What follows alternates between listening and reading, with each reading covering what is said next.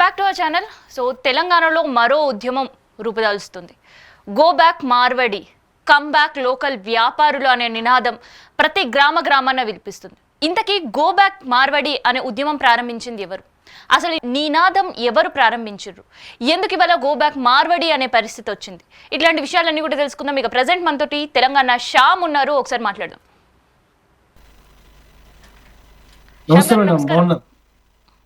నమస్కారం తెలంగాణ ప్రజలందరికీ నమస్కారం.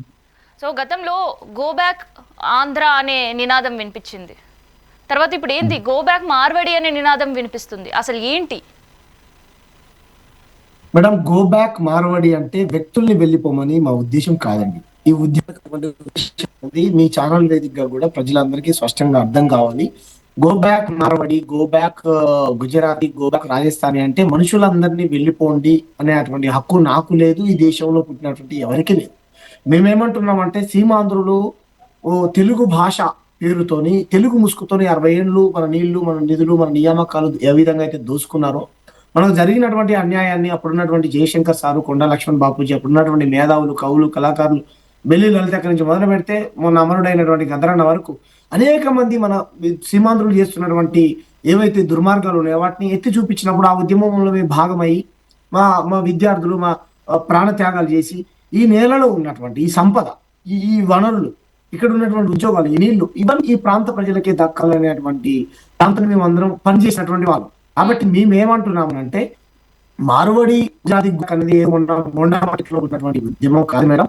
అక్కడ ప్రాంతేతరుడు వచ్చి ప్రాంతం వాడి మీద దాడి చేసినప్పుడు, కులం పేరుతో బహిరంగ ప్రదేశంలో దూషించినప్పుడు, అరే పక్క రాష్ట్రమైనటువంటి ఆంధ్ర వాళ్ళ ఆధిపత్యాన్ని మేము జీర్ణించుకోలేదు, ఎక్కడి నుంచో జులుం చెలాయించుడేంది అనేటువంటిది ఒక కాల్ ఇవ్వడం జరిగింది. అంటే చెలో మోండా గో బ్యాక్ మార్వడి అనేటువంటి నినాదాన్ని అక్కడ మేము లేవనెత్తడం జరిగింది, కాల్ ఇవ్వడం జరిగింది. సోషల్ మీడియాలో పోస్ట్ పెడితే అది 1 డేలోనే కొన్ని లక్షల మందికి రీచ్ అయింది. సుమారుగా ఒక రోజులోనే 10 లక్షల మందికి రీచ్ అయింది నా వాయిస్. అంచేత అది పెద్ద ఎత్తున చర్చ అయింది. పోలీసులు, తర్వాత కోర్టులు, పాటలు, కేసులు ఇవన్నీ అయినాయి. మేము అక్కడి నుంచి మొదలైందని చాలా మంది అనుకుంటా ఉన్నారు. కానీ మేము అంతకు ముందు నుంచే ఈ కల్చర్ ఏదైతుందో, ఇక్కడ మీరు గో బ్యాక్ మార్వడి అంటున్నారు. మార్వడిని పొమ్మంటున్నారా, లేదంటే మార్వడికి సంబంధించిన కల్చర్ పోవాలి అంటున్నారా? అసలు మీ క్లారిటీ ఏంటి? ఇప్పుడే చెప్పాను మేడం, నేను అదే చెప్పాను. ఆంధ్ర గో బ్యాక్ అన్నాను. ఆంధ్ర వ్యక్తుల్ని పొమ్మలేదు. ఆంధ్ర ఆధిపత్యానికి వ్యతిరేకంగా పోరాటం చేసాం. ఆంధ్ర పెత్తందారులకు, భూస్వాములకు, ఆంధ్ర మనం అప్పుడు కూడా ఏమన్నాం, మీ అట్టు వేరు, మా జొన్న రొట్టె వేరు. మీ అట్టుని మీరు అమ్ముకోవచ్చు పోయి, మీరు ఇక్కడ కాదంటలే. కానీ మీ అట్టు కంటే మా జొన్న రొట్టె తక్కువ అనేటువంటి భావనని కనుక మీరు ఇక్కడ క్రియేట్ చేస్తే బాగోదని చెప్పాం. మీ పూతరేకులు వేరు, మా కట్టెగారాలు వేరు అన్నాం. కానీ మీ పూతరేకులు మీరు ఇక్కడ అమ్ముకోవచ్చు పోయి, కానీ మా కట్టెగారాలు మాకున్నాయని చెప్పి అంత మాత్రాన వాళ్ళ తిండిని మనం అవమానించినట్టు కాదు. మా తిండిని గౌరవించండి. ఇప్పుడు కూడా ఇదే పెట్టాము. ఆంధ్ర నుంచి ఏమో హీరోలు ఉంటారు, వీళ్ళంట్లో ఏమో తెలంగాణ వాళ్ళని చూపిస్తారు. మేమేమంటున్నాం, మీ ఉద్యమాన్ని లేవనెత్తడానికి ఇది మొన్న పుట్టింది కాదు మేడం. దీని మమ్మల్ని విమర్శిస్తా ఉన్నారు కదా కొంతమంది. వాళ్ళందరికీ మేము ఏం సమాధానం చెప్తున్నాం అంటే, ఇక్కడ తూప్రాన్లోనే స్వర్ణకారులు రోడ్ ఎక్కి కేసీఆర్ గారు తెలంగాణ ఉద్యమం మొదలు పెట్టినప్పుడే ప్రాంతేతరులు ఎవరైతే ఈ బంగారం చేసుకునే వాళ్ళు, వెండి చేసుకునే వాళ్ళు, లేకపోతే పంచవృత్తులు కులాలు ఏవైతే ఉన్నాయో స్వర్ణకారులు, బ్రహ్మం గారి వారసులు అంటాం, ఆ పంచవృత్తి కుల వృత్తులు చేసుకునేటువంటి ఎవరైతే ఉన్నారో మా వృత్తి మాకు దక్కకుండా పోతా ఉన్నది. ఎక్కడి నుంచో వచ్చినటువంటి వ్యక్తులు చేస్తా ఉన్నారు. ఈ వృత్తిని చేసుకునేటువంటి హక్కు మాకే ఉండాలి. ప్రభుత్వం ఆ దిశగా ఆలోచించాలన్నప్పుడు వాళ్ళు అక్కడ ఉద్యమం మొదలు పెట్టారు. అక్కడ ఉన్నటువంటి కవలీలకు వ్యతిరేకంగా తూప్రాన్లో ఫైట్ చేశారు. వీళ్ళకు మధ్య గొడవలు జరిగాయి. వాళ్ళ ఏళ్ళు కూడా ఎగిపోయినాయి. ఆ కుల సంఘ నాయకుడు కూడా ఉన్నాడు, ఇప్పుడు టీవీలో ముందు మాట్లాడుతూ ఉన్నాడు. సో మేమేమంటున్నామంటే మా ప్రధాన ఎజెండా ఏంటంటే మేడం, స్పష్టంగా మీ ఛానల్ వేదికగా ప్రజలు మేము ఏం చెప్పదలుచుకుంటున్నాం అంటే, ఇక్కడ మీరు పెట్టుబడులు పెడుతున్నారు, ఇక్కడ కంపెనీలు పెడుతున్నారు, ఇక్కడ నుంచి మీరు బ్యాంకులో నుంచి రుణాలు తీసుకుంటా ఉన్నారు. కాబట్టి మా ప్రాంత బిడ్డలు ఆత్మహత్యలు చేసుకుంటా ఉన్నారు, కుల వృత్తులు ధ్వంసం అవుతా ఉన్నాయి. మా ప్రాంత బిడ్డలకు ఉద్యోగ ఉపాధి అవకాశాలు మీ కంపెనీలలో కల్పించండి. రైట్? ఏమంటారు ఇప్పుడు లేదండి, శ్యామ్ గారు చేసుకుంటున్నారు కదా కొంతమంది షాపులలో ఉంటే సంతోషం, లేదంటే మా సమస్య. మేము ప్రభుత్వంతో ఫైట్ చేస్తాం. మార్వాడి అన్నలతోనూ, మార్వాడి అక్కలతోనూ వ్యక్తిగతంగా ఎవరితో మాకు పంచాయతీ లేదు. మీరే కులం పేరుతో దూషిస్తారు, మీరే మూతి పనులు రాలగొడతారు, మీరే చెవుల నుంచి రక్తం చెల్లగొడతారు. మళ్ళీ మీరే విక్టిమ్ కార్డ్ ప్లే చేస్తారు, ఉద్యమానికి పదవ పట్టేయాలని చూస్తే ఎలాగండి? శ్యామ్ గారు, కాబట్టి అంటే ఒక్క ఇన్సిడెంట్ తోటి మనం ఇవాళ మార్వడి గో బ్యాక్ అనే నినాదం ఎందుకు ఇంత స్ట్రాంగ్ గా బలపడుతుంది? ఆమంగల్ పిలుపుకి ఆమంగల్ కూడా బంద్కి పిలుపునిచ్చే పరిస్థితి ఎందుకు వచ్చింది? ఎందుకు వచ్చింది? ఆమన్గాల్లో పిలుపునిచ్చి నేను కాదు. ఆమన్గాల్లో రోడ్లు ఎక్కింది ఎవరు? వైశ్యులు. నిన్న ఎల్బీ నగర్ లో రోడ్లు ఎక్కింది ఎవరు? వైశ్యులు. అంతకుముందు తూప్రాన్లో రోడ్లు ఎక్కింది ఎవరు? స్వర్ణకారులు. అంతకుముందు ఇంకో దగ్గర పోరాటం చేసింది ఎవరు? చేనేత కార్మికులు. ఇప్పుడు జయరాజన్న గతంలోనే నాటి చేనేత చేజారిపోతున్నది, నేడు సిరిసిల్ల ఉరిసిల్ల అవుతున్నది, బతుకమ్మను బతకలేనమ్మను తెలంగాణమ్మను బువ్వలేనమ్మను అన్నప్పుడు మరి బతుకుదేవు లేక ఇక్కడ వలస వెళ్ళిపోతున్నటువంటి మన ప్రాంత బిడ్డల గురించి కదా మనం మాట్లాడాల్సింది. ఒకవేళ నిజంగా వాళ్ళ అక్కడ బాగుంటే వాళ్ళు అక్కడికి వెళ్తే సంతోషమే, కానీ మన వాళ్ళు వెళ్ళి అక్కడ ప్రాంతం వాళ్ళ మీద దాడి చేస్తా ఉన్నారా? లేదు కదా, వాళ్ళు అక్కడ మంచిగా బతుకుతా ఉన్నారు కదా. అలా కొంతమంది వాదించే వాళ్ళు అక్కడ ఉన్న వాళ్ళని మన వాళ్ళని పంపిస్తే ఎలా అని అంటున్నారు. మేము ఎవరిని వెళ్ళిపోమంటలేదు, ఎవరిని మేము పంపించమని చెప్పట్లేదు. మా కల్చర్ ని మేము కాపాడుకుంటున్నాం, మా అస్తిత్వం కోసం పోరాటం చేస్తున్నాం. ప్రాంతంలో ఉన్నటువంటి బిడ్డలు నిరుద్యోగులు ఉన్నారు, వాళ్ళ ఉద్యోగోపాధి అవకాశాల కోసం, కులవృత్తులు బతికించుకోవడం కోసం మేము పోరాటం చేస్తాం. ఉద్యమాన్ని తప్పుదో పట్టియాలని చూస్తారండి. అయితే ఓకే, కుల వృత్తులు అన్నారు కదా, మార్వాడీల వల్ల ఎలాంటి కుల వృత్తులు నష్టపోతున్నారు? అసలు ఇబ్బంది ఏంది? అసలు కుల వృత్తులకు వస్తున్న ఇబ్బంది ఏంది? ఏం కుల వృత్తులు కర్మరుగైపోయినాయి? ప్రధానంగా మనకు ఇది భారతదేశం అవునన్నా కాదన్న కుల సమాజం మేడం. అవునన్నా కాదన్న ఇది కుల సమాజం. ఎస్, ఊర్లో చెప్పులు కుట్టే ఆయన ఎవరు అనగానే ఎవరు గుర్తొస్తారు? మాది అన్న గుర్తొస్తాడు. గొర్రెల కాసే అన్న ఎవరు అనగానే మనకు కురుమన్ననో యాదవ్ అన్నో గుర్తొస్తాడు. వ్యాపారం ముఖ్యంగా ఊర్లో గ్రామాలలో దుకాణం, కోమటి దుకాణం అంటే మనం కుంటున్నాం ఊర్లలో, అది పెద్ద బూతు కాదు. కుంటోళ్ళు అంటాం, సావుకారి అంటాం, కోమటోళ్ళు అంటాం. లేకపోతే కోమటోళ్ళు ఇంతకుముందు ఎవరుకుంటుండే దుకాణం గ్రామాలలో కోమటోళ్ళు కొంటుండే. ఈ రోజు మార్వాడి అన్నలు వచ్చి పెడతా ఉన్నారు. మరి వాళ్ళ ఉపాధి దెబ్బతింటుంది, వృత్తి మీరే చేసుకునే వాళ్ళని రోడ్లందరూ ఎక్కారు కదా. బంగారం పని చేసేవారు, మన అక్క చెల్లెలు బంగారం వేసుకున్నారు, మీరు కూడా ఇస్తున్నారు. ఈ మెడలో పుస్తక చేసేటువంటి హక్కు ఎవరికి ఉంటుండే? స్వర్ణకారులకు ఉంటుండే. స్వర్ణకారులు చేశారు. ఈ రోజు ఎవరు చేస్తా ఉన్నారు? నార్త్ సంబంధించినటువంటి రాజస్థానాలు చేస్తా ఉన్నారు. సో ఈ రకమైన చేనేత మనం గుర్తొచ్చేవారు పద్మశాలి అన్నాడు. కానీ ఇక్కడ ఏమవుతా ఉన్నది?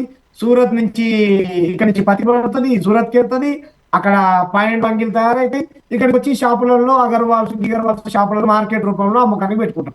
మరి పండించినటువంటి పంట పండించిన పత్తి పండించేది పద్మశాలి అన్న, దాన్ని నేసేది పద్మశాలి అన్న, దుకాణం పెట్టుకునేటువంటి హక్కు కూడా పద్మశాలకి ఉండదా? వాళ్ళు పెట్టుకుంటే నేను వద్దనంటలే, కానీ ఇటువంటి సమస్యలు ఉన్నాయి.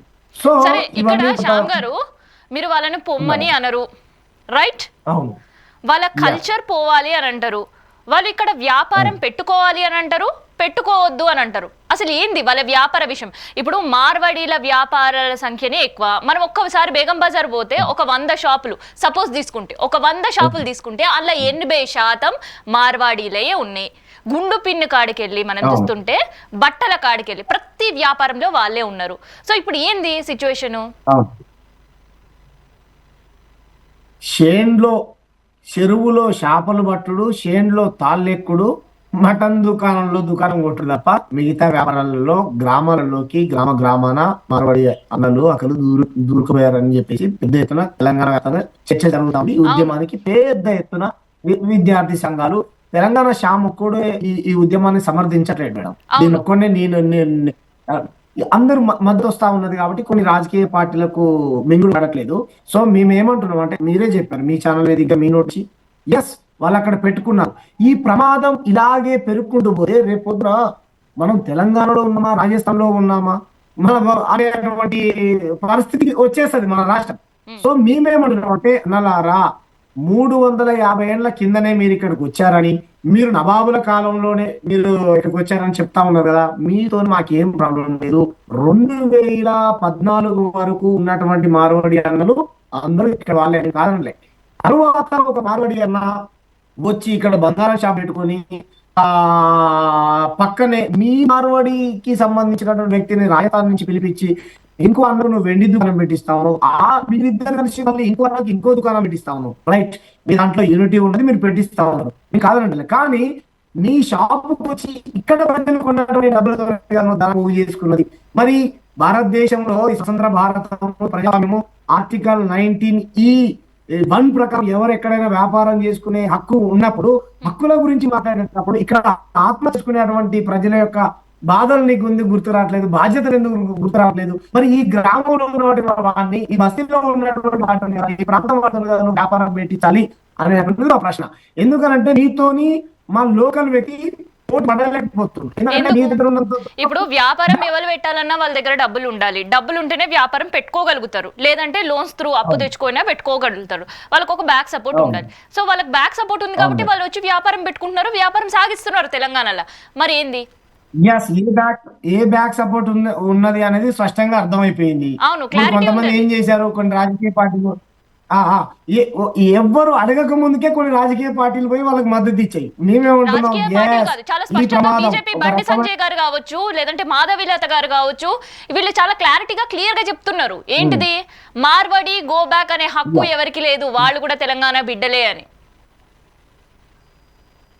ఓకే, యా మేము మార్వాడి గో బ్యాక్ అని వ్యక్తులు వెళ్ళిపోమంటలేదు. ఆంధ్ర ఉద్యమాన్ని ఏ విధంగా చేశామో ఈ విధంగా ఆ ఉద్యమాన్ని చేస్తా ఉన్నాం.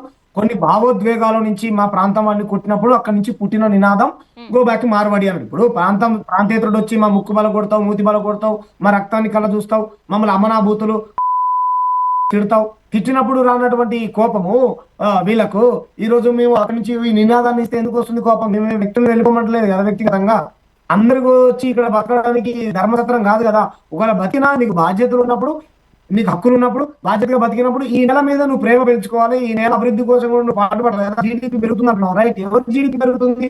గుజరాత్, రాజస్థాన్ మరొకటి వ్యాపారం జీడిపి పెరుగుతుందా? తెలంగాణ జీడిపి పెరుగుతుందా? తెలంగాణ జీడిపి పెరిగితే మీరు తెలంగాణ ప్రజల వైపు ఉండాలి కదా. ఎవరి వైపు ఉన్నారు మీరు? స్పష్టంగా అర్థమైపోయింది. ఇక్కడ కోముటోళ్ళు ఈ ప్రాంతం వాళ్ళు కాదా, పద్మశాలులు ఈ ప్రాంతం వాళ్ళు కాదా, పంచవృత్తులు ఈ ప్రాంతం వాళ్ళు కాదా, చేనేత కార్మికులు ఈ ప్రాంతం వాళ్ళు కాదా, మాదిగలు ఈ ప్రాంతం వాళ్ళు కాదా? తెలంగాణ ఎంపీలా మీరు, తెలంగాణ ఎమ్మెల్యేలా మీరు, గుజరాత్ ఎమ్మెల్యేలా, గుజరాత్ ఎంపీలా? వాళ్ళు అడగకుండానే వాళ్ళకు మీరు మద్దతు ఇచ్చారంటే మీ వైఖరి స్పష్టంగా అర్థమైపోయింది. మీరు తెలంగాణ ప్రజల వైపు లేరు. మీరు ఎవరి వైపు ఉన్నారు? పెట్టుబడిదారులు, భూస్వాములు, గుజరాత్ బనియా, బ్రాహ్మణ్ వీళ్ళ వైపు బడా బడా పెట్టుబడిదారులు వైపున్నారంటే స్పష్టంగా అర్థమైంది మేడం. కాబట్టి రాజకీయ పార్టీలు ఎవరైనా వాళ్ళ వైపు ఉండండి, మేము వద్దని అంటలే. మా సమస్య ఈ తెలంగాణ ప్రజలు ఆత్మహత్య చేసుకుంటా ఉన్నారు. స్థానికస్తులకు ఉద్యోగ ఉపాధి అవకాశాలు కల్పించండి. ప్రభుత్వాలు కార్పొరేషన్ లోన్లు ఇచ్చి పునరుద్ధరణ చేసుకునేటువంటి వాళ్ళని ఎంకరేజ్ చేయండి.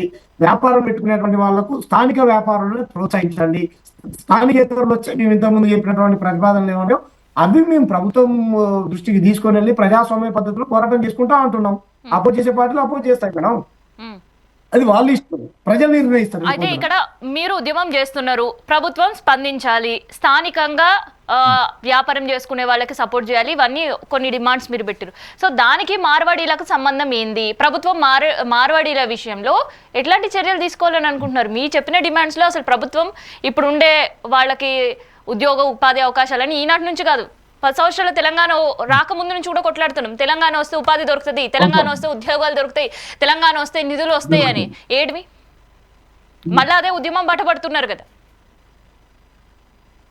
అదే మేడం, ఇప్పుడు లగడపాటి లాంటోళ్ళు, టీజీ వెంకటేష్ లాంటోళ్ళు కూడా మేము ఆ రోజు ఇదే క్వశ్చన్ చేశాం. ఎస్, మీరు ఇక్కడ వ్యాపారాలు పెట్టుకుంటున్నారు, ఇక్కడ పెద్ద పెద్ద మీ ఫార్మాసిటికల్ కంపెనీస్ ఉన్నాయి, బల్క్ కంపెనీస్ ఉన్నాయి, లేకపోతే చాలా పెద్ద వ్యాపారాలు ఉన్నాయి అని అంటారు కదా. మీ పార్టీ అన్నారు కదా, మరి ఉంది అని అన్నప్పుడు మా ప్రాంత బిడ్డలకు ఎంతమందికి మీరు ఉద్యోగ ఉపాధి అవకాశాలు కల్పించారు అనే అటువంటి డిమాండ్ మేము పెట్టినప్పుడు వందలాది మందిని రిక్రూట్ చేసుకున్నాం. మేము ఏమంటున్నాం, ఉద్యమాన్ని మొదలు పెట్టినప్పుడు కదా ఇక్కడ ఉన్నటువంటి బిడ్డలకు న్యాయం జరిగేది. ఉద్యమాన్ని మొదలు పెట్టినాం, ఇప్పుడు చేసుకుంటారేమో. ఇప్పుడు చూడండి, కొన్ని కంపెనీలు పేరు చెప్పదలుచుకోవట్లేదు కానీ హల్దీరామ్ అని, బింగోలేస్ అని, చిట్ పట్ అని, లేకపోతే ఇంకా చాలా పెద్ద ఢిల్లీ మిఠాయి వాళ్ళ అని, ఇటువంటి పెద్ద పెద్ద కంపెనీస్ ఉన్నాయి. స్వీట్ కంపెనీస్, మిఠాయి దుకాణాలు ఉన్నాయి. కొన్ని మన తెలుగు వాళ్ళ మిఠాయి దుకాణాలు కూడా ఉన్నాయి. మేము వద్దనంటలే, పెట్టుకోండి, ఎవరి దగ్గర మంచిగా వాళ్ళు కొనుక్కుంటారు. కానీ మీ షాపులలో మెజారిటీ ఎవరు పనిచేస్తున్నారు? మా బిడ్డలు పనిచేయట్లేరు. మీ నార్త్ కు సంబంధించి మెజారిటీగా పనిచేయట్లేదు. మెజారిటీగా నేను చెప్తాను మేడం, చెప్తాను. సో మేమేమంటున్నామంటే ఇది ఒక రకమైనటువంటి ప్రమాదము పొంచి ఉన్నది మా రాష్ట్రానికి అని. నేను ఒక్కొని కాదు మేడం, ఈరోజు తెలంగాణలో ఉన్నటువంటి మేధావులు, కవులు, రచయితలు, సబ్బండ కులాలు, మీలాంటి జర్నలిస్టులు, ఈ నేల మీద ప్రేమ ఉన్నటువంటి ఈ నేల పుత్రులు ప్రతి ఒక్కరు రాజకీయాలకు అతీతంగా శ్యామ్ అనేటువంటి పిల్లోళ్ళు లేవనెత్తినటువంటిది అంటే సరి అయినటువంటి వాదనే అనేటువంటిది ఎందుకు ఈ రకంగా మద్దతు దొరుకుతామో దీనికి. కాబట్టి మేమేమంటున్నాం అంటే మిగతా మా పంచాయతీ కాదు, టీజీ వెంకటేష్ ఏ విధంగా అయితే డిమాండ్ చేశామో ఈ రోజు ఇక్కడ ఉన్నటువంటి వ్యాపారస్తుని ప్రాంతేతరులే కదా, 2014 తర్వాత వచ్చినటువంటి బడా బడా బాబులంతా ప్రాంతేతరులు కాబట్టి మేము మీ కంపెనీలలో మా బిడ్డల్ని రిక్రూట్ చేసుకోవడానికి మేము ప్రభుత్వంతో పోరాటం చేస్తున్నాం. దానికి ఒక జీవో చేయాలని, లేకపోతే జేఏసీగా ఏర్పడి ఒక చట్టబద్ధత చేయాలని ఒక వ్యాపారులకని న్యాయ పోరాటం చేస్తా ఉన్నాం మేము.